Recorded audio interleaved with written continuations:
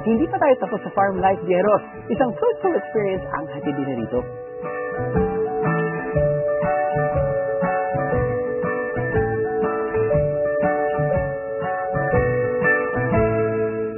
Kapag gusto mo mamitas po, yung may silay na po na papaya. Silay. Yung ibig sabihin namin ng silay po, may dilaw na po siya. May dilaw na po siya. Ibig sabihin nun, Ready na po. na po yan na medyo ripe. Aba, red na po siya sa loob. Red na po siya sa loob. Ito po yung papaya na red lady po. Ito yung matamis. Aba. Ayun. Pero paano po siya, gano'ng katagal pa bago maging... Isang linggo po yun, sir. Isang linggo. Aba. Ito, pipitasin mo na po ito. Aba, pwede na po yan. Tapos hinihilog na lang. Aba. Ayun.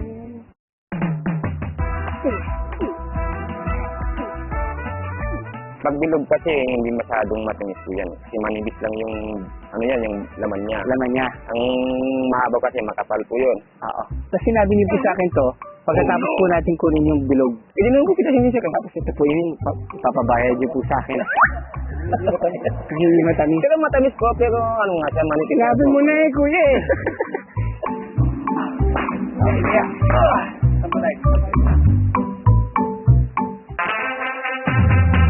kapag bakasyon kasama ang pamilya, number 1 sa checklist ng mga biyahero at magulang na tulad ko, ang paghahanap ng pasyalang worth it sa dami lang pwedeng gawing activities.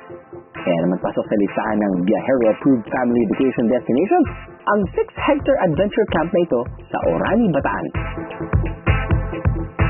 Kind of distinct adventure camp po is a club membership camp, pero we have an alfresco area na open po sa public. Wala po siyang entrance fee dito po pagpasok mo sa alfresco.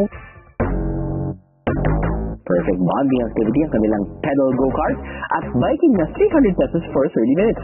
Pwede rin subukan ang eco-friendly e-scooter na 500 pesos naman for 30 minutes. Pero kung legit ATV experience ang hanap nyo, hindi rin kayo mabibigo dito.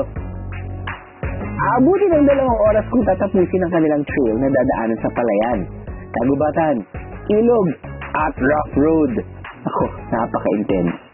Yung ATV at buggy ride po namin sa Circuit 1 is 500 po for 2 laps. Alright. So, ginawa lang namin mga 20 to 30 minutes ATV trail ride, and usually it takes about 2 to 3 hours. I gotta say, sa lahat ng mga ATV experiences natin, this is probably pretty much the most legit in terms of yung play area, because hectares and hectares of land pwede mong paglaruan bilang sa ATV. It's just really a motley mix of terrain, so which makes it super not boring. Makikita mo rin sa all throughout the route, uy, may lake! Sig! Uy, up and down! Sig! Oh, may obstacle course! Pag medyo adventure enthusiast ka, imposible yung magkasama ka dahil sobrang dahil pwede ko yun. So, ever babalik ako dito after a year, I'm sure, dahil nakita mga backhoe meron naman silang ginagawa. So, this is truly a spectacle, phenomenon. Hindi mo akalain na meron palang ganito dito sa Bataan. Actually, dito sa mismo sa Luzon. So, UIBND. Kung maraming pinagdaanan sa ATV ride, sa kanilang rodeo bull ride, isa lang ang dapat mong labanan, ang hilo. Kailangan kasi makasabay ka sa movement ng bull, ano? Kasi pag nilabanan mo siya, malalaglag eh. Yung iba po, since nilalabanan nila para hindi mahulog, hilo sila pagbagsak po. Sumabay ka lang doon sa wave ng bull para na sa ganun, magkaroon ka ng balancing para hindi ka malaglag. Kung pabangisan lang naman sa pagsakay sa rodeo bull ride, sabi nyo, nandito na si Kuya Romar. Siya lang naman ang pinakamatagal na nakasakay sa rodeo bull ride na umabot ng 122 seconds o more than 2 minutes. Secret reveal naman dyan, Kuya.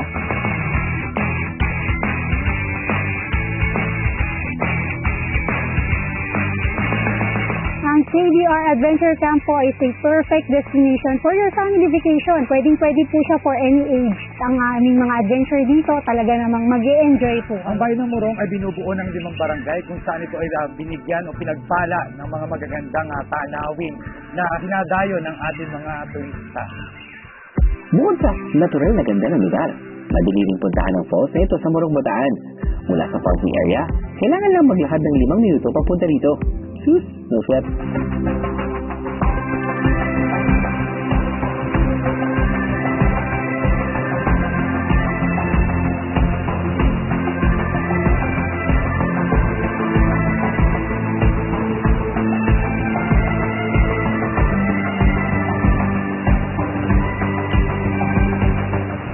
baksinente po ba tayo at wala masyadong tao ngayon o dahil last few days hindi maganda yung klima at natakot silang pumunta dito sa lugar nyo? Hindi po, pag ganito po na ganitong tagulan, madalang po ang punta po. Madalang talaga? Pag dating ng summer po, yun ang maraming pupuntuan tao. Maraming tao. Napupuno po ito ng mga tao. Puno-puno po yan ng tao. All year round din ang tubig ng falls, kaya kahit anong buwan kayo bumisita, masiguradong hindi magbabago ang lakas ng bagsak nito. Kaya ano pang hinihintay nyo? Alam na mga biyero!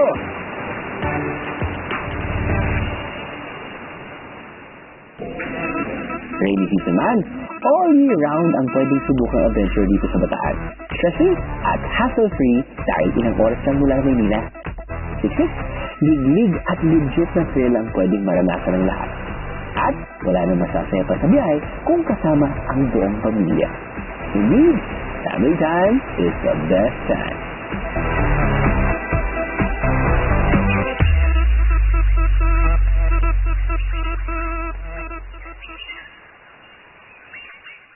Ano, nabitig ka sa biyahe?